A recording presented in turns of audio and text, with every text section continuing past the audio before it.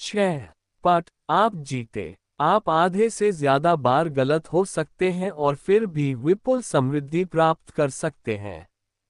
मैं पिछले 30 वर्षों से दृढ़ता के साथ यह काम करता आ रहा है। मुझे लगता है इसका साधारण गणित यह है कि कुछ परियोजनाएं काम करती हैं और कुछ नहीं। दोनों में से किसी की भी निंदा करने का कोई मतलब नहीं है। बस अगले की ओर बढ़ चलें। ब्रैड पिट एक स्क्रीन एक्टर्स गिल्ड अवार्ड स्वीकार करते हुए हींज बर्यूइन 1936 में नाजी जर्मनी छोड़कर भागे। वे अमेरिका में जाकर बस गए, जहां उन्होंने यूसी बर्कले में साहित्य का अध्ययन किया। किसी भी प्रकार से अपनी युवावस्था में उन्होंने कुछ खास होनहारी नहीं दिखाए। लेकिन 1990 के दशक तक बर्यूएन हर तरह से तब तक के सबसे अधिक सफल कला व्यापारी बन चुके थे। 2000 में बर्यूएन ने अपने पिकासोस, बाक्स, क्लीज और मैटिसेस के महाकाय संग्रह का एक भाग जर्मन सरकार को 100 मिलियन यूरो से भी अधिक की कीमत में बेचा। यह इतना अच्छा सौदा था कि जर्मन सरकार ने इसे प्रभावी रूप से दान ही समझा। निजी मार्केट में उस संग्रह का मूल्य $1 बिलियन से भी अधिक था। एक अकेला व्यक्ति इतनी बड़ी तादाद में उत्कृष्ट कलाकृतियों को एकत्रित कर सके, यह अद्भुत है। कला बहुत आत्मगत होती है। कोई भी जीवन की शुरुआत में इसका पूर्वानुमान कैसे लगा सकता था कि इस शताब्दी में आगे चलकर सबसे लोकप्रिय कृतियां कौन सी होंगी? आप कह सकते हैं कौशल, आप कह सकते हैं भाग्य। निवेश कंपनी हॉरिजन रिसर्च ने एक तीसरा स्पष्टीकरण दिया, और यह निवेशकों के लिए काफी उपयुक्त है। महान निवेशकों ने बड़ी मात्रा में कला की खरीदारी की, कंपनी ने लिखा। संग्रहों का एक उपवर्ग बढ़िया निवेश सिद्ध हुआ और उन्हें एक पर्याप्त रूप से लंबे समय तक रोक कर रखा गया जिससे पोर्टफोलियो प्रतिफल पोर्टफोलियो के सर्वश्रेष्ठ तत्वों के प्रतिफल पर अभिसरित हो सके। यही है जो होता है। 67 महान कला व्यापारियों ने सूचकांक कोष की तरह कार्य किया। वे जो कुछ भी खरीद सकते थे उन्होंने खरीदा, और उन्होंने ये सब पोर्टफोलियो में खरीदा, न कि अपनी पसंद के अनुसार एक एक कृति के रूप में। फिर उन्होंने बैठकर प्रतीक्षा की कुछ एक विजेताओं के उभरने की। बस यही है जो होता है। बर्यूएन की ही तरह किसी और द्वारा अभिगृहीत कृतियों में से शायद 99% कम मूल्य की सिद्ध हुई हो, लेकिन इससे कुछ खास फर्क नहीं पड़ता अगर बाकी 1% किसी पिकासो जैसे कलाकार की कृतियां हों। बर्यूएन अधिकांश रूप से गलत हो सकते हैं और फिर भी आश्चर्यजनक रूप से सही सिद्ध हो सकते हैं। व्यवसाय और निवेश में भी बहुत सी चीजें ऐसे ही काम करती हैं। दीर्घ पुच्छ परिणामों के वितरण के सबसे दूर के अंत का वित्त में अद्भुत प्रभाव होता है, जहां घटनाओं की एक छोटी संख्या अधिकतर परिणामों के लिए उत्तरदायी हो सकती है। ये समझना कठिन हो सकता है तब भी जब आप गणित समझते हो। ये बिल्कुल सहजज्ञ नहीं है कि एक निवेशक आधा समय गलत हो और फिर भी समृद्धि प्राप्त कर ले। इसका मतलब यह है कि हम इस बात को कम आंकते हैं कि अनेकों चीजों का असफल होना कितनी आम बात है, और यही हमें ऐसा होने पर बड़ी प्रतिक्रिया देने पर मजबूर करता है। स्टीमबोट विली ने वॉल्ट डिज्नी को एनिमेटर के रूप में प्रसिद्ध किया। व्यावसायिक सफलता अलग बात थी। डिज्नी का पहला स्टूडियो दिवालिया हो गया। उसकी फिल्मों का निर्माण भीषण रूप से महंगा था और चौंकाने वाली शर्तों पर वित्तपोषित। 1935 तक डिज्नी 400 कार्टून का निर्माण कर चुका था। उनमें से अधिकतर संक्षिप्त थे, अधिकतर दर्शकों के पसंदीदा थे और अधिकतर ने नुकसान उठाया। Snow white and seven dwarfs ने सब बदल कर रख दिया। 1938 के पहले 6 महीनों में इसने $8 मिलियन कमाए, जो कंपनी की पिछली किसी भी कमाई से एक परिमाणक्रम से अधिक था। इसने डिज्नी स्टूडियोज को रूपांतरित करके रख दिया। कंपनी का सारा ऋण चुका दिया गया। मुख्य कर्मचारियों को प्रतिधारण बोनस मिला। कंपनी ने बुबेंट में एक नया नवोन्नत स्टूडियो खरीदा जहां यह आज भी स्थित है। एक ऑस्कर ने वॉल्ट को लोकप्रिय से पूर्णतया यशस्वी बना दिया। 1938 तक वे कई 100 घंटों की फिल्म का निर्माण कर चुके थे। लेकिन उद्योग की भाषा में स्नो वाइट के 83 मिनट ही थे जो मायने रखते थे। कुछ भी जो बड़ा, लाभदायक, प्रसिद्ध या प्रभावशाली है, एक पुच्छ घटना का परिणाम है, लाखों में से एक दूरस्थ घटना। और हमारा अधिकतर ध्यान ऐसी चीजों पर जाता है जो बड़ी, लाभदायक, प्रसिद्ध या प्रभावशाली हों। जब वे अधिकतर चीजें जिन पर हमारा ध्यान जाता है वे एक पुच्छ का परिणाम हो, इस बात को कम महत्व देना आसान हो जाता है कि वे कितनी दुर्लभ और शक्तिशाली हैं। कुछ पुच्छ संचालित उद्योग प्रत्यक्ष हैं। उद्यम पूंजी को ही लीजिए। अगर कोई VC 50 निवेश करे तो वे संभवतः उनमें से आधे की असफलता की अपेक्षा करते हैं, 10 के काफी अच्छा करने की, और 1 या 2 के बोनेंजा होने की जो पूंजी के प्रतिफल के 100% का संचालन कर सके। एक बार निवेश कंपनी कोरिलेशन वेंचर्स ने आंकड़ों की संगणना की। 2004 से 2014 के बीच 21,000 से अधिक उद्यम वित्तीय में से 65% का पैसा डूब गया। 2.5% निवेश ने 10 से 20 गुना के बीच कमाया। 1% ने 20 गुना से अधिक प्रतिफल कमाया। 0.5% 21,000 में से लगभग 100 कंपनियों ने 50 गुना से अधिक कमाई की। और यहीं से उद्योग का अधिकांश प्रतिफल आता है। आप सोचेंगे कि यही है जो उद्यम पूंजी को इतना जोखिम भरा बना देता है। और VC में निवेश करने वाला हर व्यक्ति जानता है कि यह जोखिम से भरा है। अधिकतर स्टार्टअप असफल हो जाते हैं और विश्व में बस कुछ एक को ही महासफल होने का अवसर मिलता है। यदि आपको अधिक सुरक्षित, पूर्वानुमेय और अधिक स्थिर प्रतिफल चाहिए, तो आपको बड़ी सार्वजनिक कंपनियों में निवेश करना होगा। ऐसा ही आप सोचते होंगे। याद रखिए, पुच्छ से ही सब संचालित होता है। बड़े सार्वजनिक स्टॉक में समय के अंतराल में सफलता का वितरण उद्यम पूंजी से ज्यादा अलग नहीं है। अधिकतर सार्वजनिक कंपनियां बेकार हैं, कुछ अच्छा करती हैं और बहुत ही थोड़ी अद्भुत विजेता बन पाती हैं, जिनके हाथ में स्टॉक मार्केट का अधिकांश प्रतिफल होता है। JP मॉर्गन एसेट मैनेजमेंट ने एक बार रसेल 3000 सूचकांक के लिए प्रतिफल का वितरण प्रकाशित किया जो 1980 से सार्वजनिक कंपनियों का एक बड़ा, विस्तृत समूह है। रसेल के सभी 3000 स्टॉक घटकों में से 40% ने कम से कम अपना 70% मूल्य गंवा दिया और इस अवधि में कभी उभर नहीं पाए। प्रभावी रूप से सूचकांक का कुल प्रतिफल 7% घटक कंपनियों से आया जिन्होंने लगभग 2 मानक विचलन से बेहतर प्रदर्शन किया।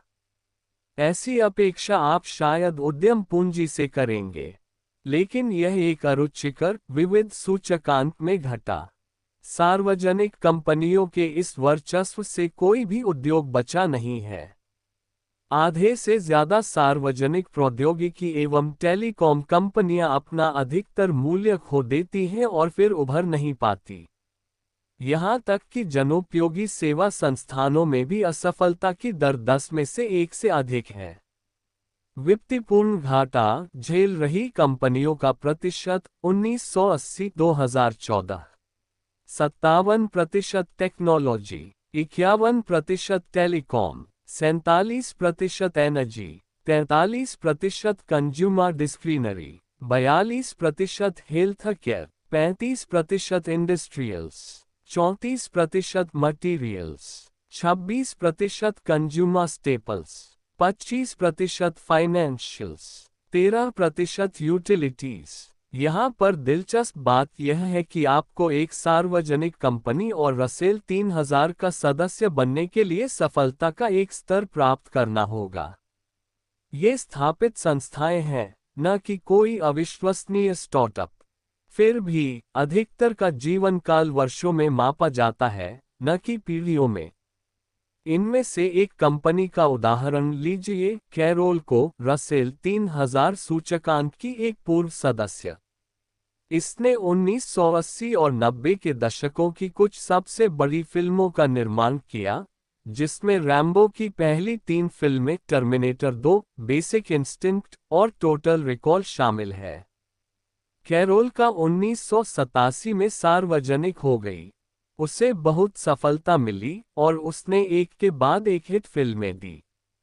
1991 में कैरोल को ने आधा बिलियन का मुनाफा कमाया, $400 मिलियन के मार्केट कैप के साथ, जो उस समय में बड़ी राशि थी, खासकर एक फिल्म स्टूडियो के लिए। और फिर वह असफल हो गई। ब्लॉकबस्टर फिल्में आनी बंद हो गई, कुछ बड़े बजट के प्रोजेक्ट असफल हो गए, और 1990 के दशक के बीच तक पहुंचते पहुंचते कैरोल को बीता कल बन चुकी थी। 1996 में ये कंपनी दिवालिया हो गई। स्टॉक शून्य पर चला गया और बात खत्म। एक वित्तीयपर्ण घाटा, और एक ऐसा घाटा जिसका सामना समय के साथ 10 में से 4 सार्वजनिक कंपनियां करती हैं। कैरोल को की कहानी बताने लायक इसलिए नहीं है कि यह अनोखी है, बल्कि इसलिए कि यह बहुत आम है। यह इस कहानी का सबसे महत्वपूर्ण भाग है। रसेल 3000 1980 से लेकर अब तक 73 गुना से अधिक विकसित हो चुका है। यह एक शानदार प्रतिफल है। ये सफलता है। सूचकांक में 40% कंपनियां प्रभावी रूप से असफल थीं, लेकिन 7% घटक जिन्होंने बेहतरीन प्रदर्शन किया वे बेकार कंपनियों की कमी पूरा करने के लिए बहुत थी। ठीक हीन्स बर्यूइन की तरह, लेकिन पिकासो और मैटिस के बजाय माइक्रोसॉफ्ट और वॉलमार्ट के साथ। न सिर्फ कुछ कंपनियों के हाथ में मार्केट का अधिकतर प्रतिफल होता है, बल्कि उन कंपनियों के अंदर और पुच्छ घटनाएं होती हैं। 2018 में अमेज़न ने S&P 500 के प्रतिफल का 6% संचालित किया। और अमेज़न की प्रगति लगभग पूरी तरह से प्राइम और अमेज़न वेब सेवाओं के कारण है, जो खुद में उस कंपनी की पुच्छ घटनाएं हैं, जिसने फायरफोन से लेकर ट्रैवल एजेंसी तक सैकड़ों उत्पादों के साथ प्रयोग किया है। 2018 में एप्पल लगभग 7% सूचकांक प्रतिफल के लिए उत्तरदायी था। और यह अत्यधिक रूप से आईफोन से संचालित होता है, जो तकनीकी उत्पादों के संसार में उतना तेलवाई है जितना हो सकता है। और इन कंपनियों में कौन काम कर रहा है? गूगल की भर्ती स्वीकृति दर 0.2% है। 22 फेसबुक की 0.1% है। 23 एप्पल की लगभग 2% है। इसलिए इन पुच्छ परियोजनाओं पर काम कर रहे लोग जो पुच्छ प्रतिफल को आगे बढ़ाते हैं, उनके करियर भी टेल करियर होते हैं। यह अवधारणा कि कुछ चीजें अधिकतर परिणामों के लिए उत्तरदायी होती हैं, मात्र आपके निवेश पोर्टफोलियो की कंपनियों के लिए लागू नहीं होती। ये निवेशक के रूप में आपके आचरण का भी एक महत्वपूर्ण पहलू है। नेपोलियन ने सेना प्रवीण की परिभाषा कुछ इस प्रकार दी, एक ऐसा आदमी जो एक आम कार्य को अंजाम दे सके जब उसके चारों तरफ सब व्याकुल हो रहे हों। निवेश में भी यही लागू होता है। अधिकांश वित्तीय सलाह आज के बारे में होती है। आपको बिल्कुल अभी क्या करना चाहिए और आज खरीदने के लिए कौन से स्टॉक अच्छे दिख रहे हैं। लेकिन अधिकतर समय आज उतना महत्वपूर्ण नहीं होता। अपने जीवन काल, एक निवेशक के रूप में आप आज या कल या अगले सप्ताह जो निर्णय लेंगे वे इतने महत्वपूर्ण नहीं होंगे जितना वह जो आप उन थोड़े से दिनों में करेंगे, संभवतः कुल समय का 1% या उससे भी कम, जब आपके चारों तरफ सब लोग व्याकुल हो रहे हों। सोचिए, अगर आप हर महीने $1 बचाएं तो 1900 से 2019 के बीच कितनी बचत करेंगे? आप वह $1 हर महीने यूएस स्टॉक मार्केट में निवेश कर सकते हैं, फिर चांद बारिश हो या धूप। इस बात से फर्क नहीं पड़ता कि अर्थशास्त्री किसी निकट मनरात मंदी या नए बियर मार्केट के लिए शोर मचा रहे हों। आप बस निवेश करते जा रहे हैं। एक निवेशक जो ऐसा कर रहा है उसे सुनाम दे देते हैं। लेकिन शायद मंदी के दौरान निवेश करना बहुत डरावना लगे। तो जन अर्थव्यवस्था मंदी में न हो तब आप अपना $1 स्टॉक मार्केट में निवेश करेंगे, महामंदी के समय सब बेच देंगे और अपने मासिक डॉलर की नकद के रूप में बच करेंगे, और जब महामंदी खत्म होगी तो आप फिर से सब कुछ वापस स्टॉक मार्केट में लगा देंगे। इस निवेशक को हम जिम कहेंगे। या फिर मंदी का डर मन में बैठने में आपको कुछ महीने लगते हैं और फिर आत्मविश्वास जुटा कर वापस मार्केट की ओर जाने में कुछ और समय लगता है। जब मंदी न हो आप स्टॉक्स में $1 निवेश करते हैं, मंदी शुरू होने के 6 महीने बाद बेच देते हैं और मंदी खत्म होने के 6 महीने बाद वापस निवेश करते हैं। आपक हम टॉम कहेंगे। समय के एक अंतराल के बाद इन 3 निवेशकों के पास कितना पैसा होगा? सू के पास $4,35,551 होंगे। जिम के पास $2,57,386 हैं। टॉम के पास $234, 4,761। सू 1 मील के अंतर से जीत जाती है। 1900 से 2019 के बीच 1428 महीने थे। उनमें से 300 से कुछ अधिक मंदी के दौरान थे।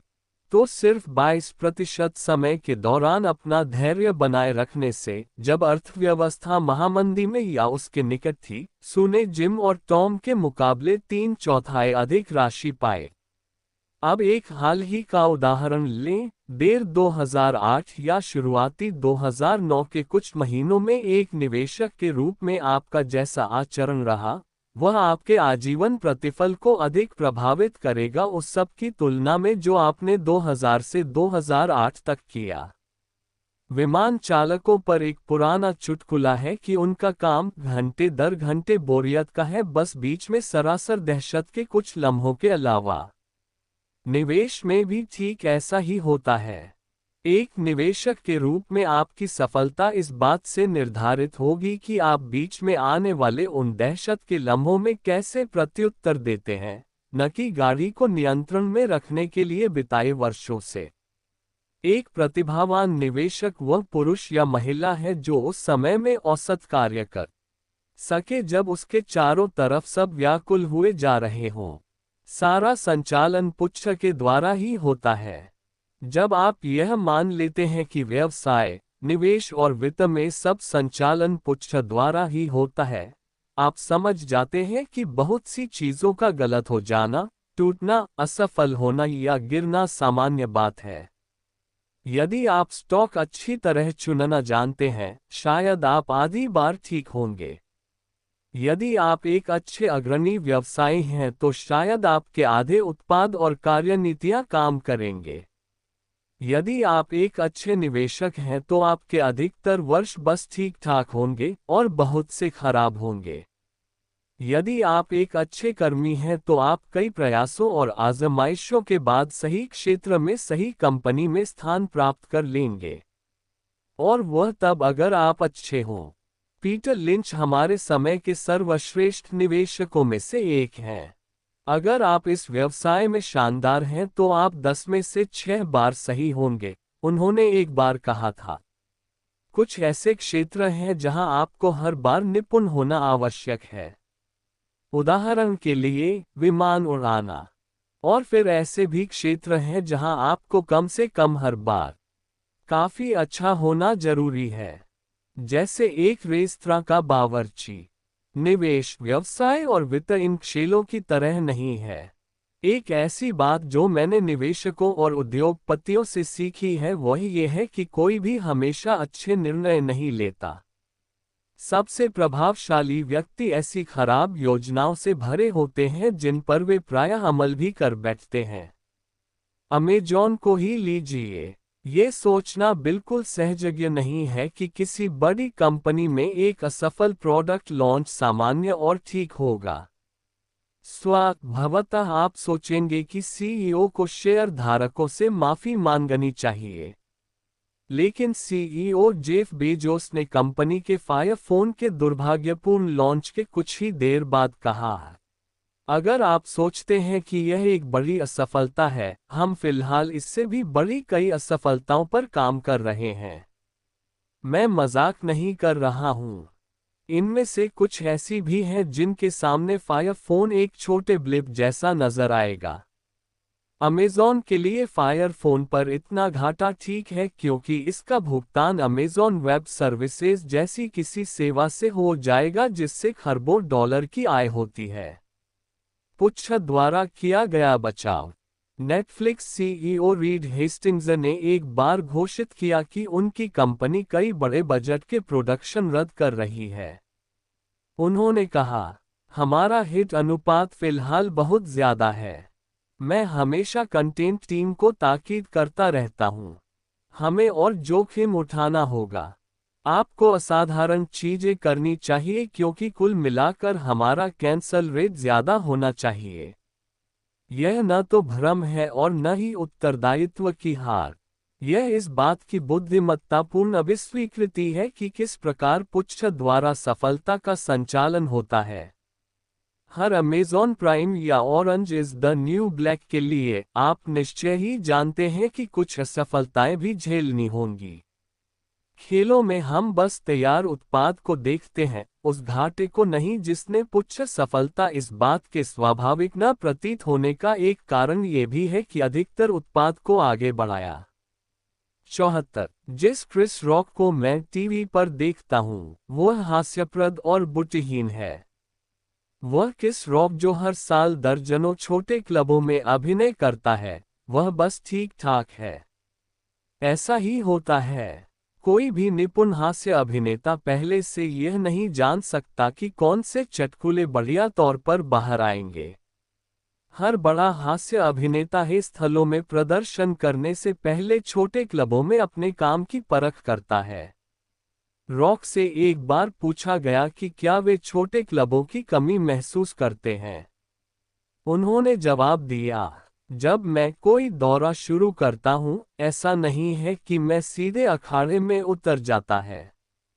इस पिछले दौरे से पहले मैंने न्यू ब्रंसविक में स्ट्रेस फैक्ट्री नाम की एक जगह में प्रदर्शन किया। दौरे के लिए तैयार होने के लिए मैंने लगभग 40 से 50 शो किए। एक समाचार पत्र ने इन छोटे क्लबों के सपनों को प्रकाशित किया। इसमें बताया गया किस प्रकार रॉक अपने नोट्स के पन्ने पलटते और बीच में अटक जाते थे। मुझे इनमें से कुछ चुटकुले हटाने होंगे, उन्होंने प्रहसन के बीचों बीच कहा। वे बढ़िया चुटकुले जो मैं नेटफ्लिक्स पर देखता हूँ, वे पुच्छ हैं जो सैकड़ों प्रयासों के ब्रह्मांड से निकल कर आए हैं। निवेश में भी कुछ ऐसा ही होता है।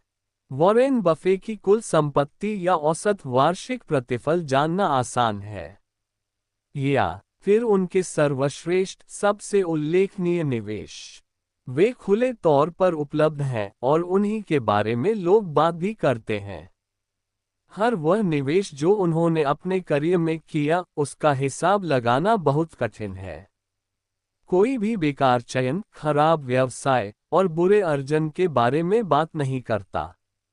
लेकिन वे बफेट की कहानी का एक बड़ा हिस्सा हैं। वे पुच्छ संचालित प्रतिफल का दूसरा छोर हैं।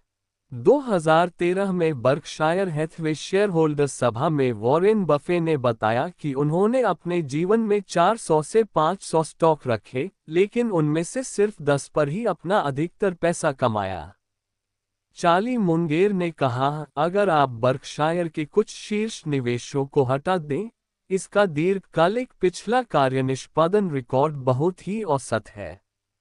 जब हम किसी प्रेरणास्रोत व्यक्ति की सफलताओं पर खास ध्यान देते हैं तो हम यह नज़रअंदाज कर देते हैं कि उनकी सफलताएं उनके कार्यों के एक छोटे प्रतिशत हानियों और विघ्नों के चलते ऐसा अनुभव करने लगते हैं कि हम कुछ गलत कर रहे हैं। लेकिन यह संभव है कि हम गलत हो, या फिर लगभग सही, जैसा कि अक्सर विशेषज्ञ होते हैं। हो सकता है कि जब वे सही थे तो अधिक सही रहे हों, लेकिन ये भी संभव है कि वे उतनी ही बार गलत भी रहे हों जितना कि आप।